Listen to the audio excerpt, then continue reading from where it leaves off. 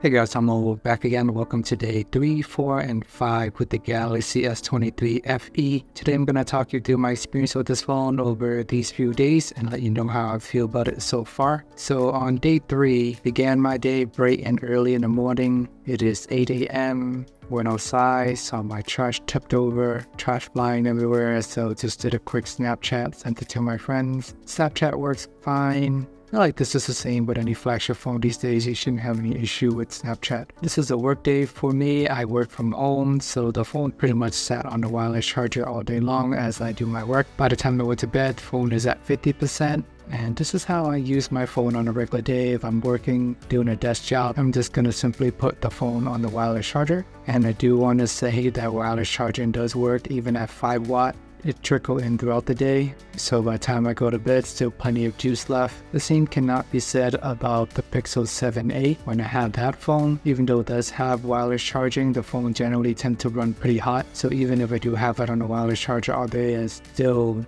occasionally might need to plug it in just to get some extra juice in order to make it through a full day. And before jumping to day 4 in the life with this phone, just want to give a quick shout out to my partner Mint Mobile. Currently they offer 5G plan for as low as $15 a month for a limited time only. You buy 3 months, you get 3 months free, so make sure to check them out, link in the description below. Before I began my day at 4 a.m. I have a little baby, so it is not uncommon for me to wake up randomly in the middle of the night to feed him, so I unplug my phone. By 10:30 a.m. my phone is at 75%. Currently driving around, I have it on my car mount, which also serves as a wireless charger. And on this particular day, I'm not sitting at my desk all day, so I'm still driving around, GPS on, Bluetooth music on. The wireless charging and my car mount holder is one device, so it's still going to get trickle charging throughout the day when I'm driving around. With Samsung phone in general, they have pretty good cameras. I don't really have much complaints about the S series or even the Fan Edition.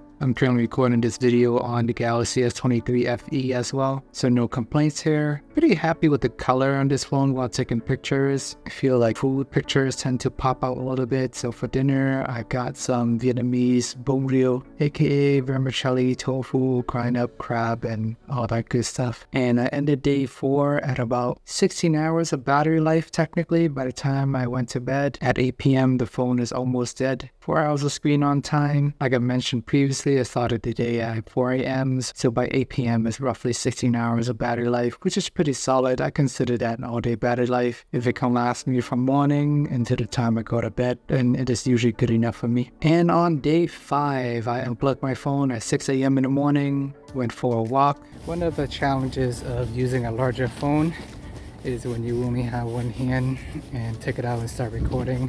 It's harder to turn the phone in landscape mode, so I usually just hold it in portrait mode.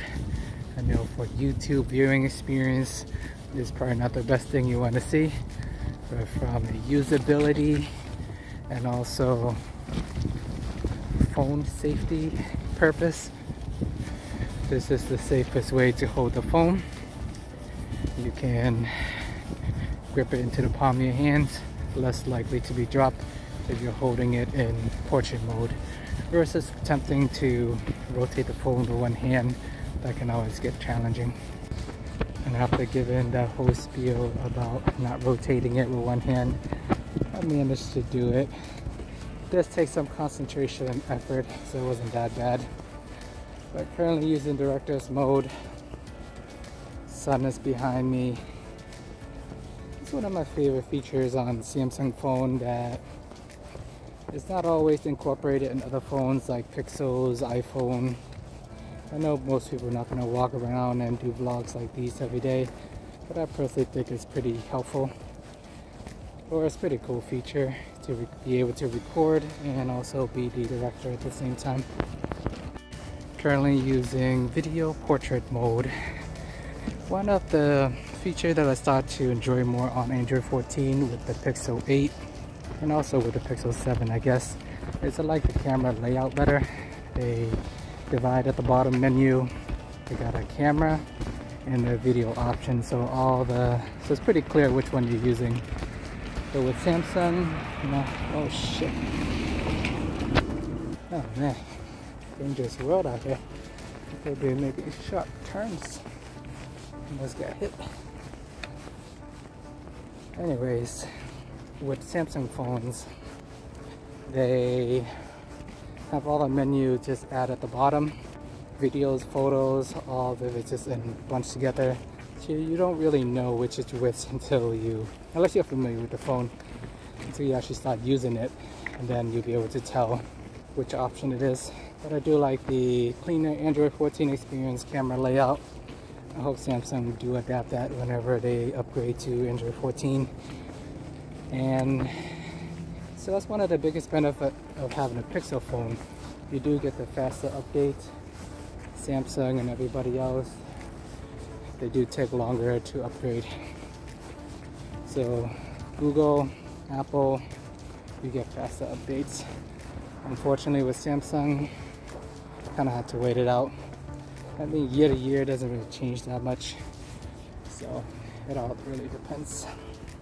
In the afternoon, I went to go pick up my brand new Mazda CX-5. Definitely pumped for a new car upgrade. After driving the Mazda 3 for 12 years, it is actually still going strong. I figure it's time for an upgrade with a new baby. Just want to get a bigger car, higher safety rating. Now I can finally have Android Auto, backup cam, and all the modern features. So definitely pumped about the quality of life improvement there. Don't have to worry about me connecting Bluetooth to my 12-year-old car, and sometimes the song title and the artist don't always show up on the screen, so you gotta play around with the settings. But with Android Auto, all of that should be resolved. And by 9:45 p.m. I went to bed, phone is at 45%. So another day of me driving around, going to the doctors, picking up a new car. Wireless charging is used sporadically. So far with this phone, I've been getting 13 to 12 hours of battery life on regular use. If you sprinkle in wireless charging throughout the day, by the time you go to bed, you should still have 50% battery. So that's good enough for me. And after using this phone for 5 days, I'm pretty happy with it. It is